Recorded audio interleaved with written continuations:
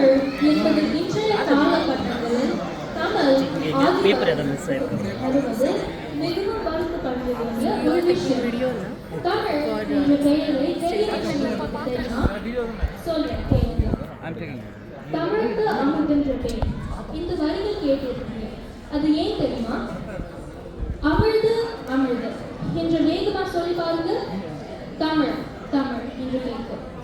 அதுதான் பாரதிதாசன் சொல்றாரு. தமிழ் மொழியின் பெயரில் ஒரு கல்லின் எழுத்து, ஒரு வெள்ளியின் எழுத்து மற்றும் ஒரு இடையன எழுத்து இருக்கு. ர என்கிற ஒளி கருக்கூடிய எழுத்து உலகில் வேறு எந்த மொழியிலும் இல்லை. அதில் காஞ்சி பெரியவா ஒரு முறை அழகாக சொல்லியிருக்கிறார்.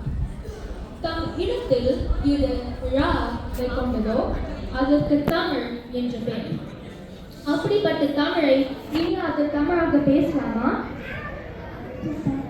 தமிழின் சிறப்பு உள்ளதாகியது. நான் சொன்னது மெயின் பிக்சர் இனிமேதான். நம்ம முத்தமிழ் பயிற்சி மன்ற மாணாக்கர்கள் தமிழின் நினைச்ச சிறுகுறளை தமிழ் இசை பாடல் மற்றும் ஆடல் மூலமாக வழங்கி இருக்காங்க. இதனை சிறுகுறை இயக்கிய திரு சேஸ்ராஜ், திருமதி ஸ்டெல்லா மற்றும் செல்வி பிரோனா அவர்கள் உதவியுடன் வாங்க தமிழை போற்றுவோம்.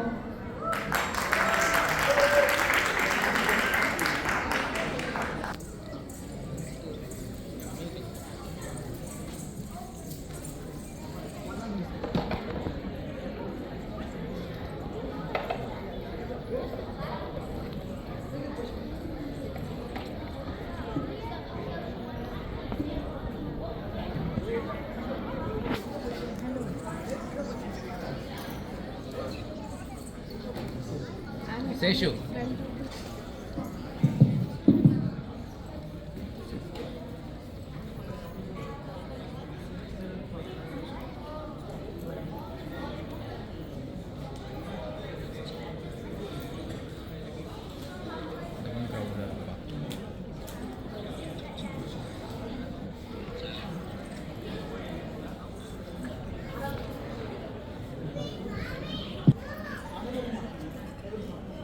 அனைவருக்கும் வணக்கம்.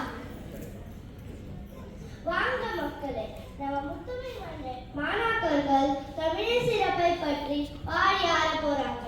நாங்க ரெடி. நீங்க ரெடியா? உங்க எனக்கு தமிழ் இசைனா தெரியுமா? என்னது தமிழ் இசைனா ஒரு இசையா? எனக்கு தெரிஞ்சதெல்லாம் குத்து பாட்டு, ராப், அப்புறம் ஃபோக் ராப் தான். இவ்வளவு நாளா இப்படி ஒரு இசை இருந்துச்சுன்னு எனக்கு தெரியும். ஆமாம், நீ பாரதியார் பாடல்கள் பாட இருக்கியா? அது எல்லாமே தமிழ் இசை பாடல்கள் தான்.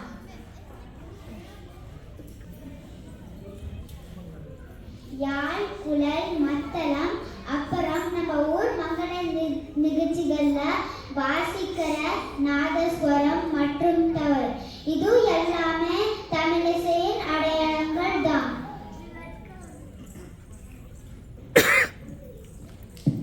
தமிழிசை என்பது தமிழ் மொழியில் அமைந்த இசை மரபை குறிக்கும். இது உலகின் மிக தொன்மையான இசை வடிவங்களில் ஒன்று. இது தமிழின் அழகையும் தனித்துவத்தையும் கலாச்சாரத்தையும் பிரதிபலிக்கிறது. இது பாரம்பரிய கர்நாடக இசை, நாட்டுப்புற இசை என பலவிதமான இசை வடிவங்களை உள்ளடக்கியது. சரி, வாங்க இப்போ நம்ம ஆசான் திருப்புவனம் ஆத்மநாதன் அவர்கள் சொல்லித்தந்த தமிழின் சிறப்பு என்ற பாடலை தமிழிசையில் பாடலாமா?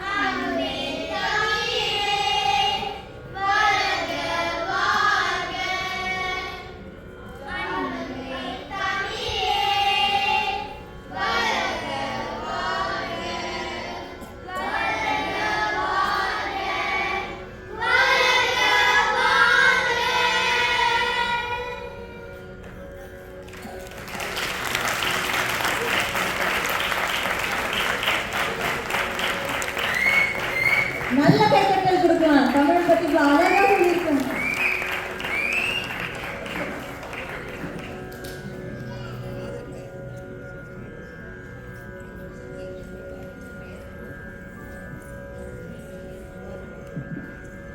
என்னங்க இந்த பாடல் எப்படி இருந்துச்சு? இது மாதிரி செந்தமிழ்நாடினம் போதுகளே இன்பம் தென்வந்து பாய்ந்து காதினிலே, அதுக்கப்புறம் காணி நிலம் வேண்டும் பராசக்தி காணி நிலம் வேண்டும், இதெல்லாம் தமிழிசை பாடல்கள் தான். அது மட்டுமா? ஆடுவோமே பல்லு பாடுவோமே ஆனந்த சுதந்திரம் அடைந்து விட்டோம் என்று, மற்றும் நம்ம கேபி சுந்தரம்பாள் பாட்டி பாடிய ஞானப்பழத்தை பிழிந்து, மற்றும் நம் எம்எஸ் சுபலட்சுமி பாடிய காற்றினிலே வரும் கீதம், இந்த மாதிரி புகழ்பெற்ற பாடல்கள் தான் தமிழிசை பாடல்கள் தான்.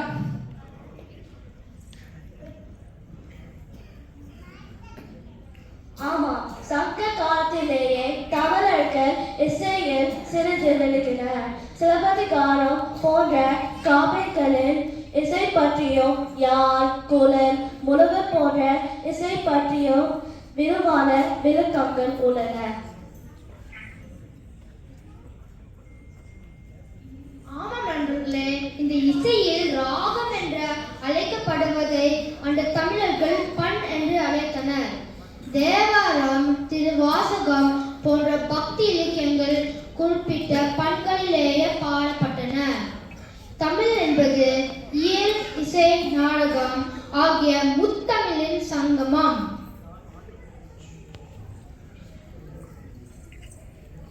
ஆனா ஒரு காலத்துல தமிழ் பாடல்கள் பாடப்படவே இல்லை. அதனால் 20ஆம் நூற்றாண்டின் தொடக்கத்தில் தமிழ் இசை இயக்கம் உருவானது. மற்ற மொழி பாடல்களுக்கு நடுவே தமிழ் மக்களுக்கும் புரியும் வகையாக தமிழ் பாடல்களுக்கு முக்கியத்துவம் கிடைக்க ராஜா சர் அண்ணாமலை செட்டியார் போன்றோர் மிகவும் பாடுபட்டனர். சரி வாங்க, இப்போ தமிழிசை பாடலோடு தமிழை உயர்த்தி ஒரு ஆட்டம் போடலாமா?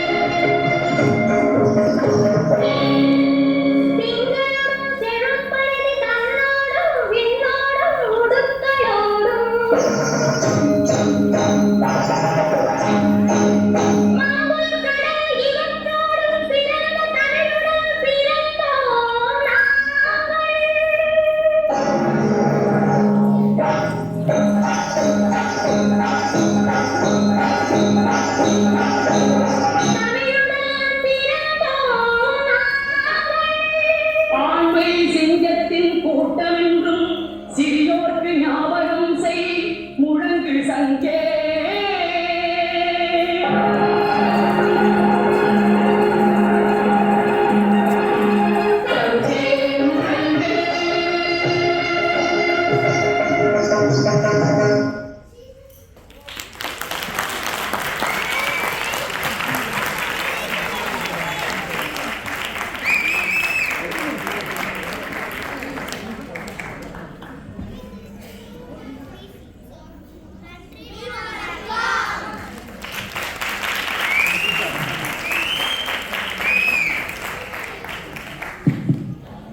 ரொம்ப சந்தோஷம். இதில் ஒன்றே ஒன்று தான் நான் சொல்லி காட்டணும்னு ஆசைப்பட்றேன். நான் ஒரு நிலை ஃபோட்டோ எடுத்துக்கலாம். இதில் வந்து இந்த மணிகர்ணிகாவும் ஆருஜாவும் தமிழ்னா என்னன்னே தெரியாது அவங்களுக்கு. அவங்க ஃபுல்லாக பாம்பே. இந்த பாட்டை பார்த்துட்டு அந்த பொறியியல் பிறகு தமிழை ஃபுல்லாக மனப்பாடம் பண்ணாங்க. ஸ்கிரிப்டே இல்லாமல் அதை புரிஞ்சுக்கிட்டு இங்கே வந்து ஆடினாங்க. அதை மட்டும் நான் சொல்லணும்னு ஆசைப்பட்டேன். ஸோ வாழ்த்துக்கள்.